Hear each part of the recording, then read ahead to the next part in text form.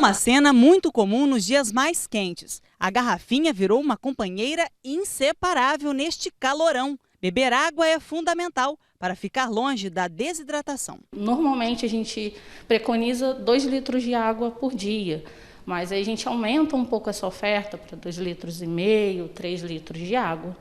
A gente pode usar sucos, naturais, principalmente aqueles que são feitos à base de frutas cítricas, como, por exemplo, é o caso do suco de limão, que é super simples de fazer e é um suco muito refrescante.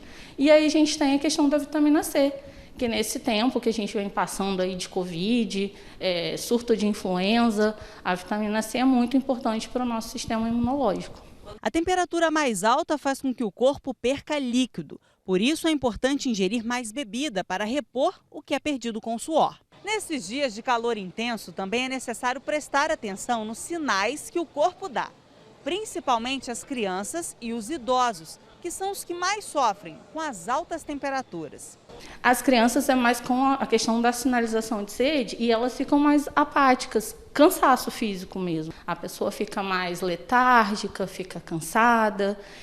Em alguns casos, por exemplo, do adulto, dos idosos, a questão da queda de pressão. Existe aí a queda de pressão e a pessoa pode até desmaiar, porque ela passa mal mesmo devido ao calor, e o organismo já está desidratado, então pode levar para uma queda de pressão e até desmaio. Atividade física é muito importante. As academias pensam no conforto dos clientes. As que têm ar-condicionado mantêm a temperatura num clima agradável e água fresca. Aqui nós temos um bebedouro aqui, com filtro de carvão, uma boa água, uma boa hidratação para os nossos alunos. Um ar-condicionado que quando você sai fora da academia, você vê, dá vontade de voltar para a academia, a diferença da temperatura.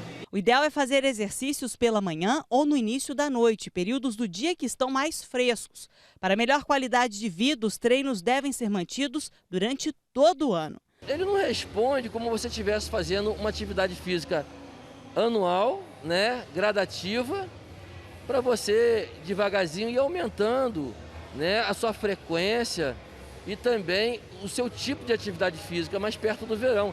Eu quero um resultado melhor. Mas você está fazendo o ano todo, o seu corpo já está preparado para você dar um up, fazer um trabalho mais intenso nesses 3 meses, de repente, que a gente falou, antes do verão. E se tem uma coisa que não pode ser deixada de lado, é a alimentação. Esta nutricionista tem dicas de como escolher os alimentos. De um modo geral, a gente precisa pensar na alimentação balanceada, rica em frutas, vegetais. Evitar um pouco alimentos gordurosos nessa época. As frutas, a gente pode pensar em dar preferência àquelas que são mais ricas em água, como é o caso da melancia, do melão. Precisamos ter atenção também com a questão do consumo da alimentação fora de casa, porque alguns alimentos, por exemplo, o caso de saladas frias, alimentos crus, no caso de comida japonesa, por exemplo, comidas que têm muito molho à base de creme de leite, maionese, eles precisam muito de refrigeração.